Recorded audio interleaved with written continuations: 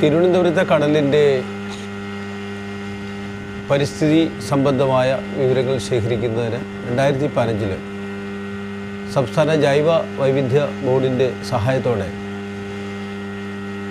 Marine biodiversity register prepare ചെയ്യുന്നതോടൊപ്പം കടലിൻ്റെ അടിത്തട്ടിലെ visuals കൂടി shoot ചെയ്യുന്നതിന് ഉള്ളൊരു സാങ്ഷൻ KSBB സംസ്ഥാന ജൈവ വൈവിധ്യ ബോർഡ് നൽകുകയുണ്ടായി. ഓക്കെ,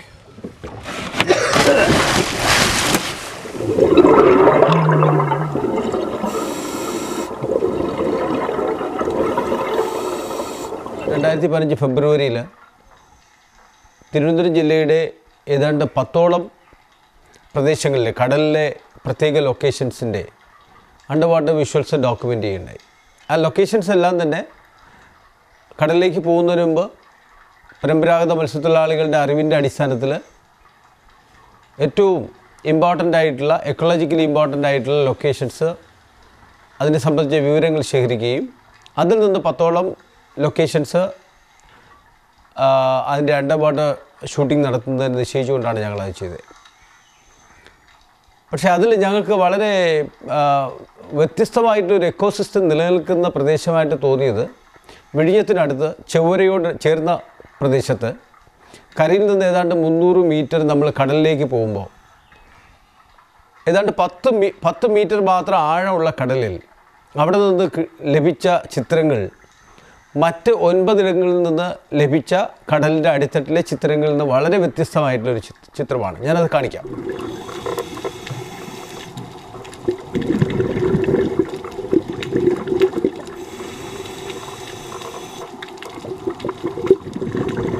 ഈ സെബല്ലാരിഡേ കോളനി നമ്മുടെ കരയിലെ ചിതൽപുറ്റുകൾ പോലെ കടലിൻ്റെ അടിത്തട്ടിൽ അത് കൂടുണ്ടാക്കി അതിൻ്റെ ഒരു ആവാസ ഇടമുണ്ടാക്കി അതിനുള്ളിൽ ജീവിക്കുന്ന ഒരു തരം ട്യൂബ് വേമാണ്.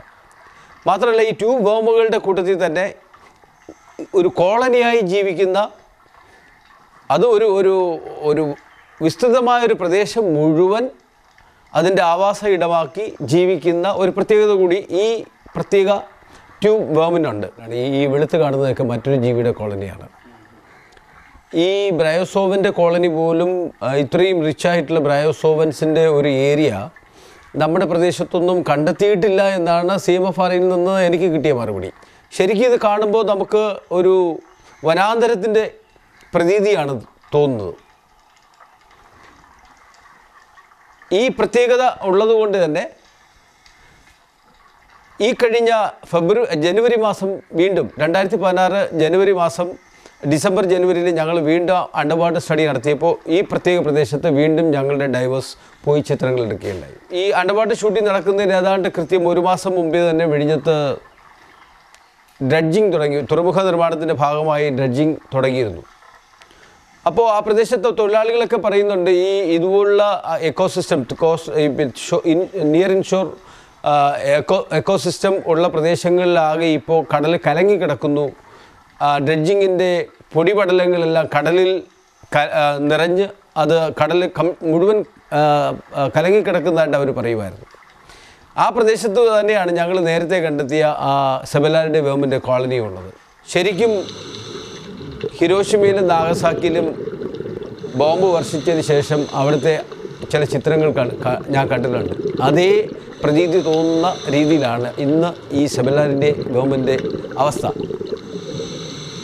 ഇത് സൂചിപ്പിക്കുന്നത് ഇത്തരം കോളനികളെപ്പറ്റി നമ്മുടെ ഇതുപോലുള്ള പദ്ധതികളൊക്കെ ആസൂത്രണം ചെയ്ത ആളുകൾക്ക് നേരത്തെ അറിയാമോ എന്നെനിക്ക് സംശയമുണ്ട്.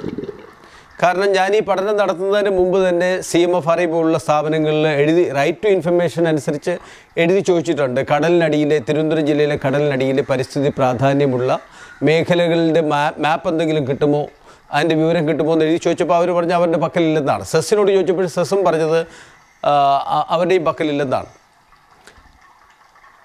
അതുകൊണ്ട് തന്നെ ഈ പരിസ്ഥിതി കടലിലെ പരിസ്ഥിതി ലോല മേഖലകൾ കൃത്യമായി പഠിച്ച് ഡോക്യുമെൻ്റ് ചെയ്യേണ്ടതിൻ്റെ ആവശ്യകതയാണ് ഇന്ന് നമ്മൾ ഈ കാണുന്ന അത്യാഹിതം നമ്മളെ ഓർമ്മിപ്പിക്കുന്നത്. ചൊവ്വരയിൽ നിന്ന് ഏതാണ്ട് 2 കിലോമീറ്ററോളം 2-3 കിലോമീറ്ററോളം വടക്കോട്ട് സഞ്ചരിച്ചാൽ ഇന്ത്യയിലെ തന്നെ വളരെ പ്രധാനപ്പെട്ട ഒരു ടൂറിസ്റ്റ് കേന്ദ്രമായ കോവളത്തിലേക്ക് എത്താം.